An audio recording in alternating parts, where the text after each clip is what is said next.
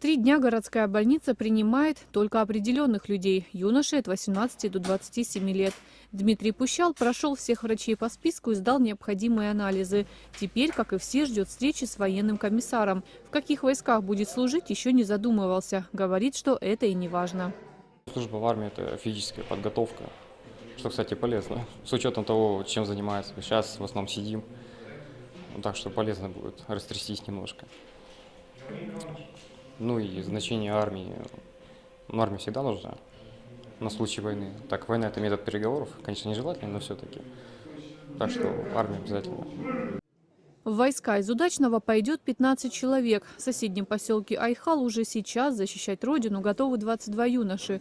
Где проведут ближайший год военнообязанные, решают на комиссии, учитывая пожелания будущего солдата. Другие какие-то пожелания, претензии, есть что-нибудь? Есть? Нет.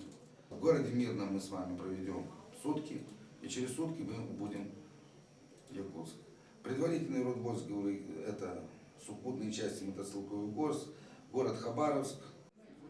Из тех, кто прошел медкомиссию, в армию пойдут не все. Например, тем, кто получает высшее образование или сам воспитывает ребенка, дадут отсрочку. Кроме того, юноши будут не так далеко от дома. Все на территории Дальневосточного федерального округа.